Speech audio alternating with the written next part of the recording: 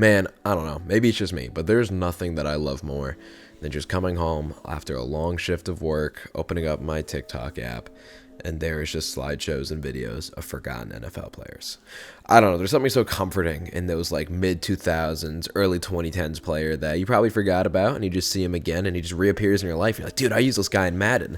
This guy was a corner piece of my franchise. Like moments like that are why I love being a football fan. So today, I decided to take 3 quarterbacks that you probably definitely forgot about and make a video about them because, forgotten quarterbacks need love too.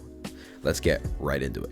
Now, most YouTube intros that people are used to, kind of beat around the bush a little bit, hype it up, tease it up, or a little longer, whatever. But I wanted to jump straight into this video today because, honestly, one of my favorite quarterbacks ever in the entire history of the NFL is going to be my number 1 quarterback on this list, and that is Kevin Hogan.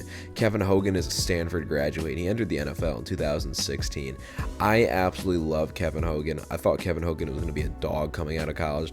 When the Kansas City Chiefs picked him up in the 5th round, I was like, "Oh my God, what a steal! This is that guy. This is that guy." And he didn't even make the whole season, man. He got released before the season even started, where he got picked up by the Browns for the most of his actually like in-game performances. On the Browns, he made his only NFL start, filling in during a quite bad season where he passed for 140 yards, 1 touchdown, and 3 picks in that game. Overall, with the Browns, Hogan, he did solid. He, showed some rushing abilities. He showed a little bit of passing abilities, but mostly underwhelming play for the Browns, which, ended up leading to him getting released later. His career statistics ended with 620 passing yards, 4 touchdowns, and 7 interceptions. Obviously, limited opportunity didn't help, but he didn't exactly show out like I thought he would during those opportunities. But that doesn't stop my love. I absolutely love Kevin Hogan. I think Kevin Hogan is honestly one of my favorite backup quarterbacks of all time. He did bounce around to a couple other teams like Washington and Denver, but really was just a practice squad guy, really just a backup. And after the 2019 season, he transitioned out of the NFL. And honestly, every day I miss Kevin Hogan. Sometimes I watched really trash quarterbacks and I'm like, dude, this could be Kevin Hogan. I watched my favorite team, the Commanders, have some trash can on the practice squad. Or, when we signed Garrett Gilbert to play a game, like, dude, that could have been Kevin Hogan. All right, number 2 on this list for forgotten NFL quarterbacks that I adore is somebody that really flew under the radar during his NFL career, and his NFL career really got derailed from injuries. And I'm talking about none other than Zach Mettenberger. Now, he had the name curse, and when I say the name curse, I don't just mean like he had a funny name. Like Mettenberger is already kind of a funny name, but when I see NFL players with a unique or cool name, I immediately think they're going to be good. And Zach Mettenberger is a great example of this mindset that I had, even if it was, let's just say, not the most correct mindset. Zach Mettenberger had a brief NFL career, but he did end up getting drafted by the Tennessee Titans in the 6th round of the 2014 draft and actually became the Titans' starting quarterback midway through his rookie season. His rookie season went out with 7 games played. He threw about 60% career completion percentage, had 8 touchdowns and 7 interceptions with an 83.4 passer rating. Listen, I mean, there is potential with that. I have seen much, much worse rookie seasons. And honestly, a positive touchdown to interception ratio is incredibly difficult in the NFL. So I had hope for Zach Mettenberger. I honestly thought Zach Mettenberger was going to be good because very young Gabe thought he was related to Ben Roethlisberger. So I truly thought he was going to develop. And then when I found out they weren't related and that they actually had different last names, I thought that he was going to become the better Burger. I thought like he was like the young prodigy Burger to take over. I don't know. I'm not cooking right now. I'm a little fucking special.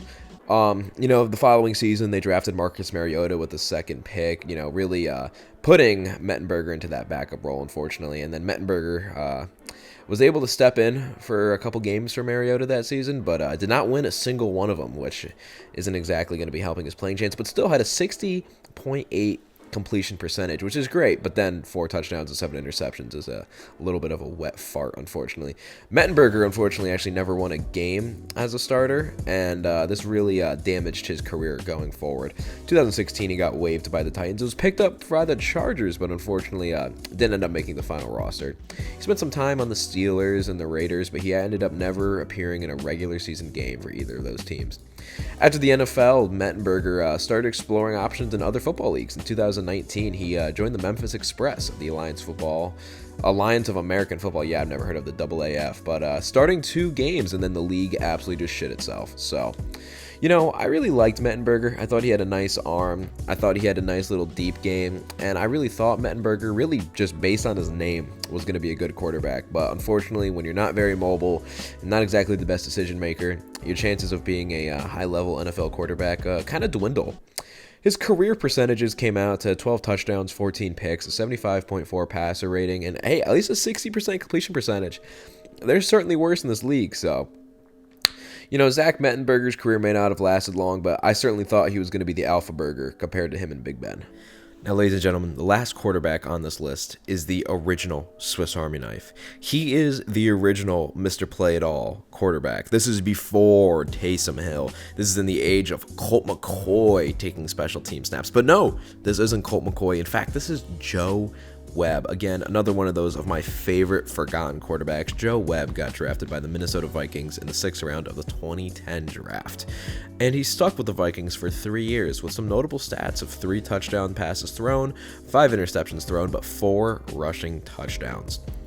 Joe Webb would be a backup for the Vikings throughout the 2013 season. Occasionally stepping in and sometimes even seeing some success while stepping in. And in the 2012 playoff game against the Green Bay Packers, Joe Webb actually started at quarterback after Christian Ponder got hurt. Well, that game didn't go well, and the Vikings ended up losing 24-10, but still, gotta love Joe Webb. He had crazy good legs for his time, and he was a tough runner. He could definitely run. I think one of my favorite parts about Joe Webb is he didn't always throw a spiral, which just gave him that backyard quarterback look, and I adore that. I love that. He was initially drafted as a wide receiver actually, but got moved to quarterback due to his athletic ability and a series of injuries to the Vikings quarterback room. Joe Webb would then eventually move on to the Carolina Panthers, signing with the Carolina Panthers in 2014, where he was used as a backup quarterback and a special teams player. Joe Webb recorded 10 solo tackles on special team.